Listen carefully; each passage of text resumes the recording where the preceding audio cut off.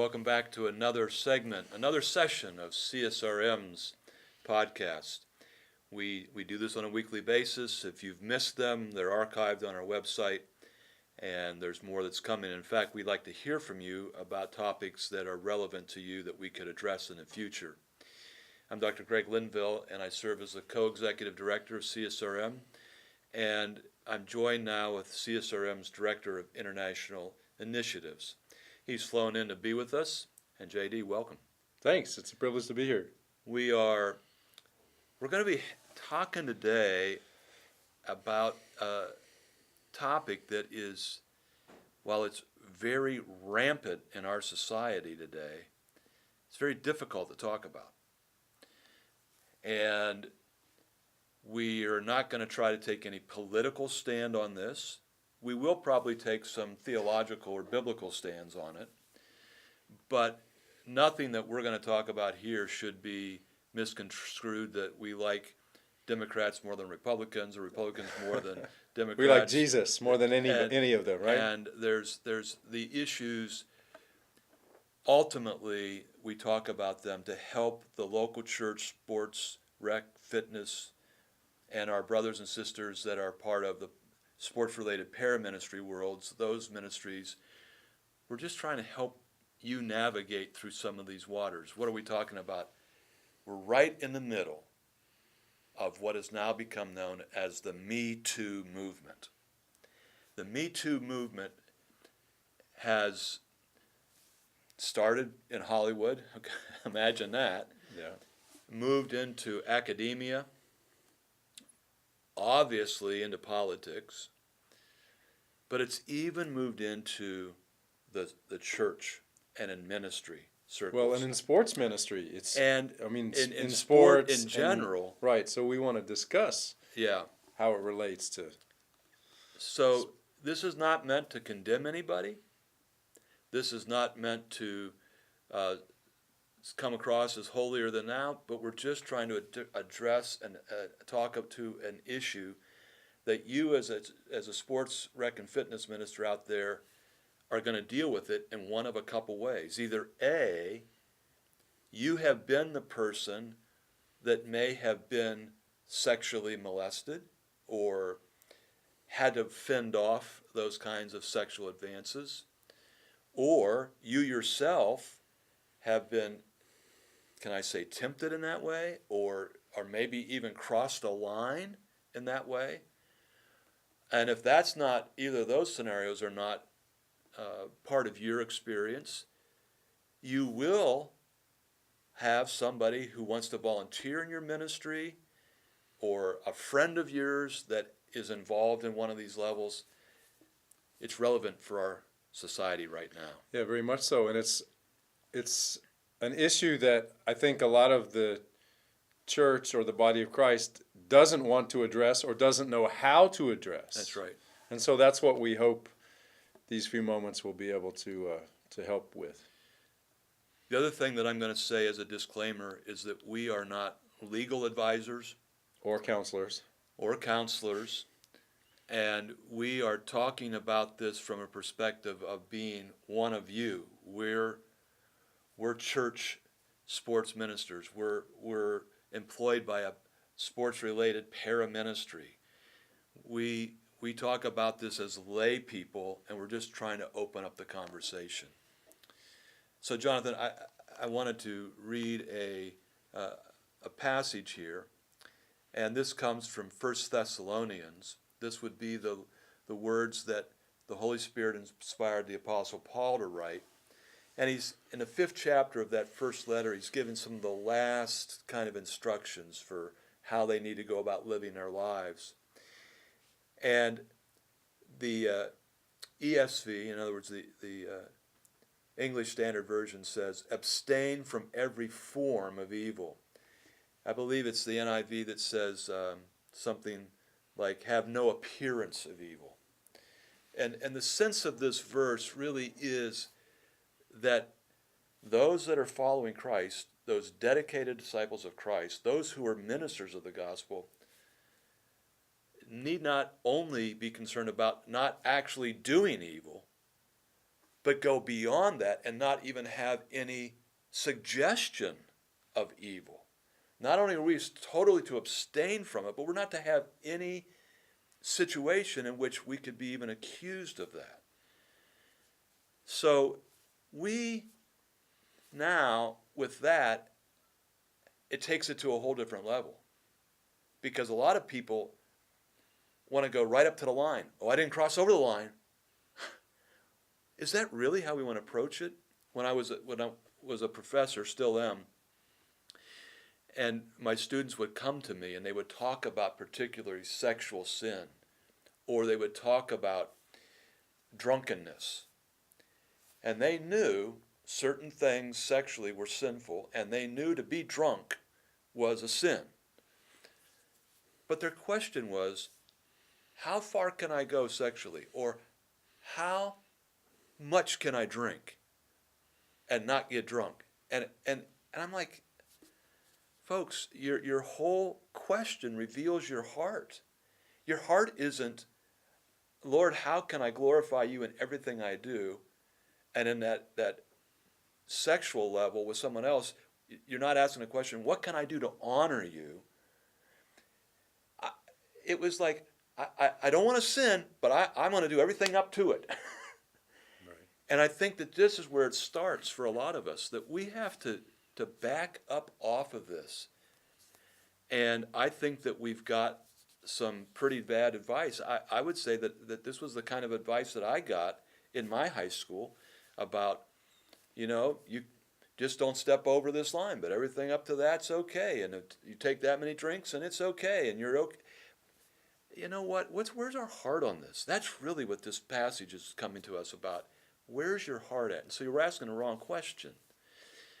So, those of us that are in these ministry positions, the first thing we've got to say is, particularly to you younger folks that are just starting out, don't look at it, what can I get away with? But you've got to go to another level, and that is, how can I abstain from this? What can I do?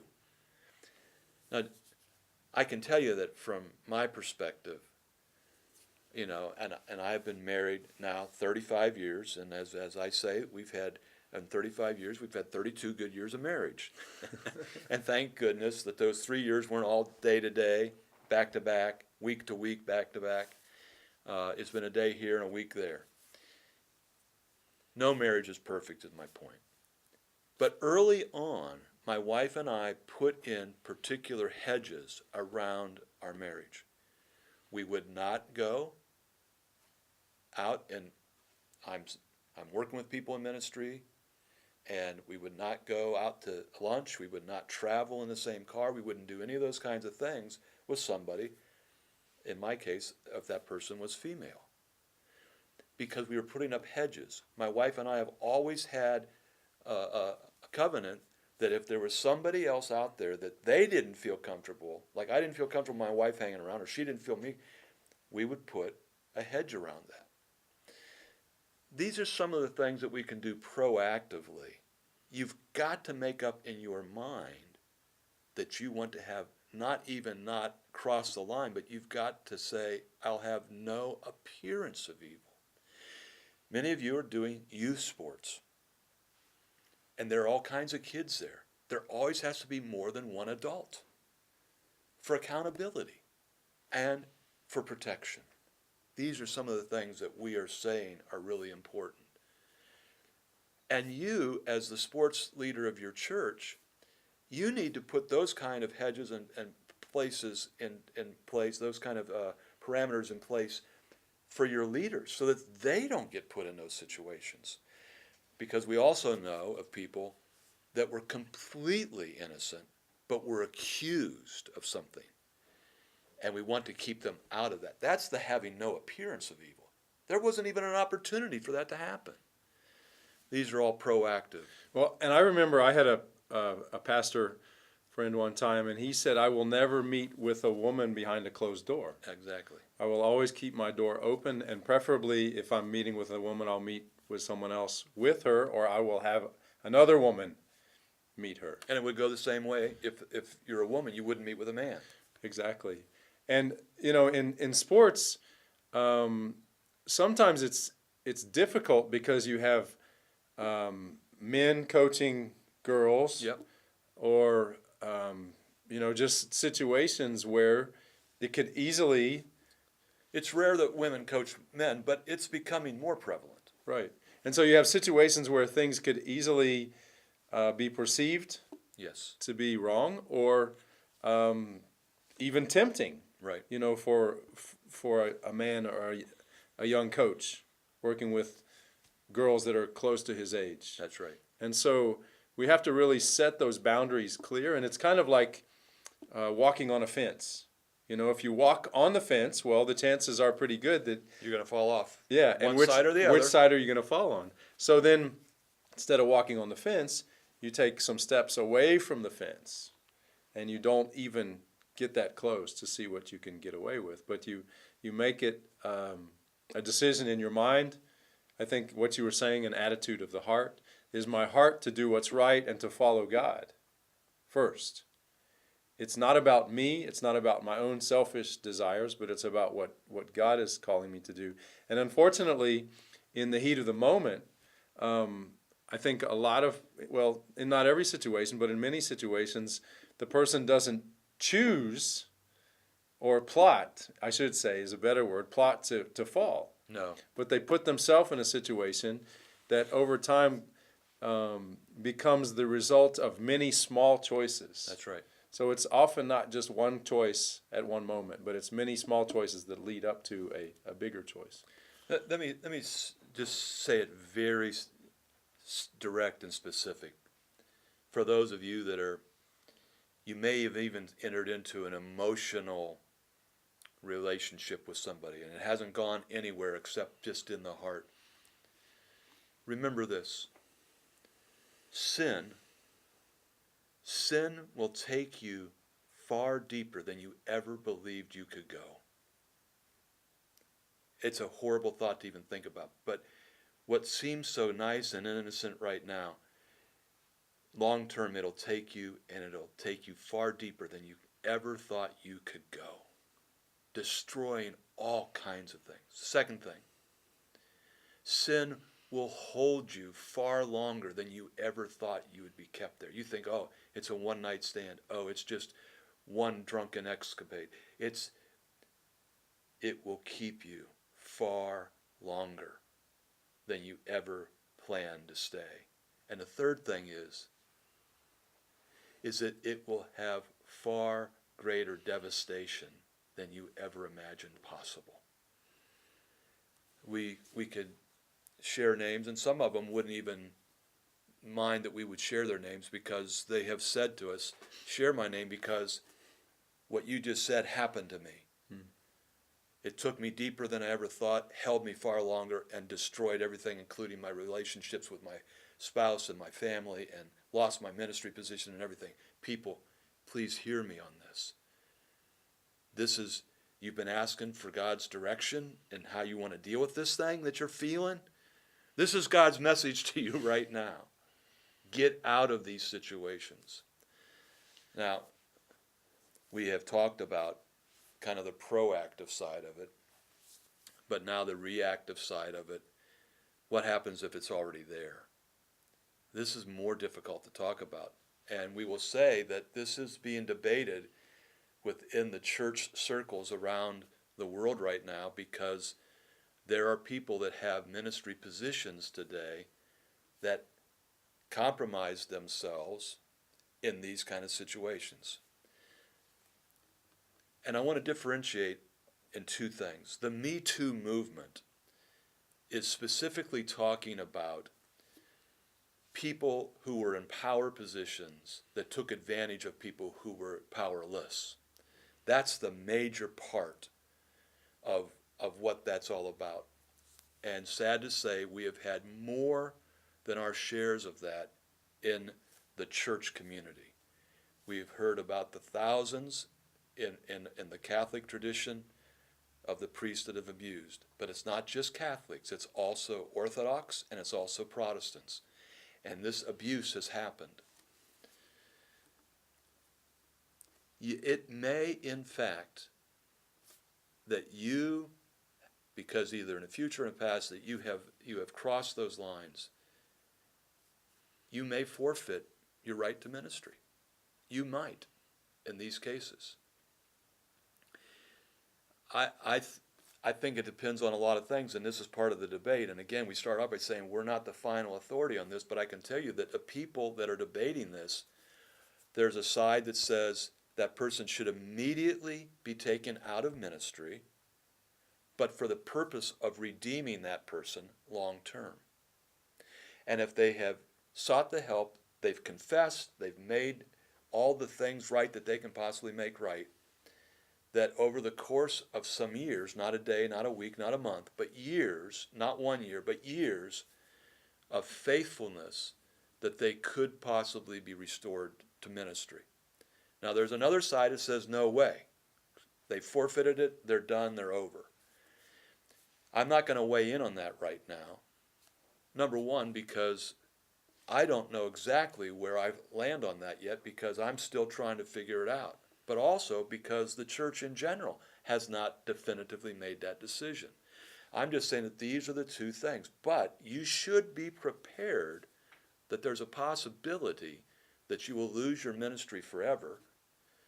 At the very least, you're going to lose it for a significant period of time. But it's the right thing to do, to confess. Confession is always good.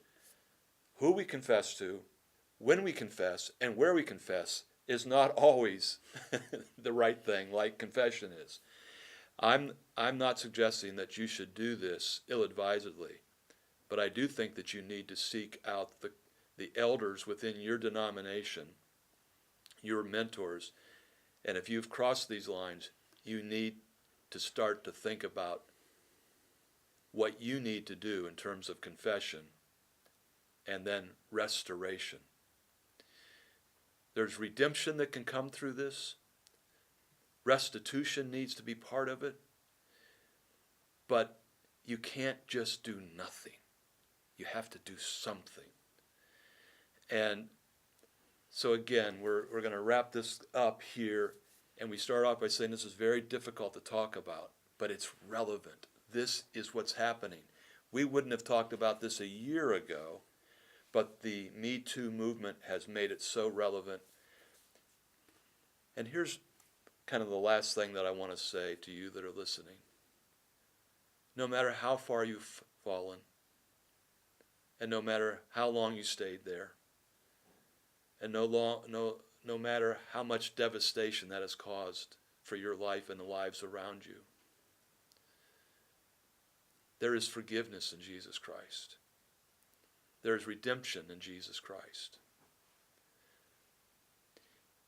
There's hope. There's an unbelievable hope. There's love.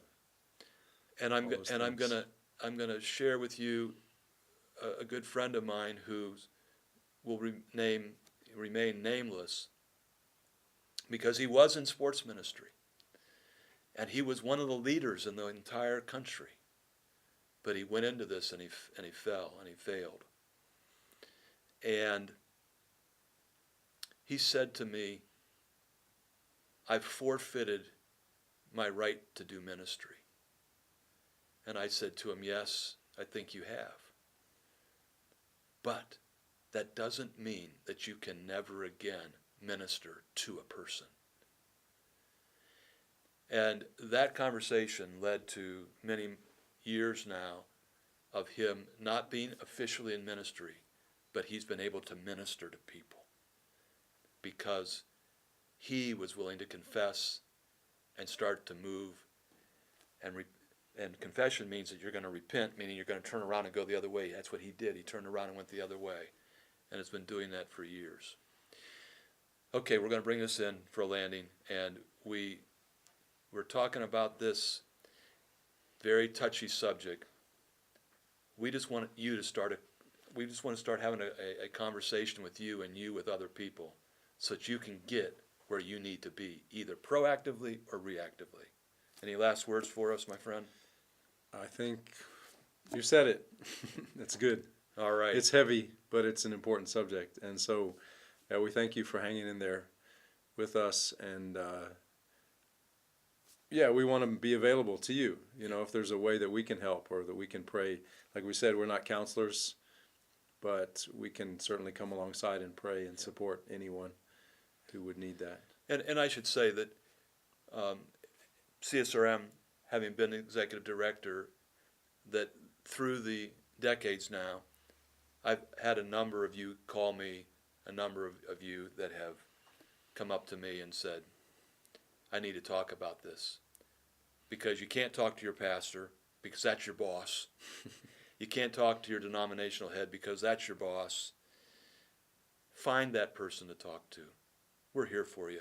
And might I add that our new executive director, Dr. David Mabry, has been counseling marriages, he and his wife, for a long time. And call us. Let us know how we can be of help. Thanks for tuning in. Thanks for being here with me, my friend. Yep. It's always good to be here. Blessings to each of you. Take care.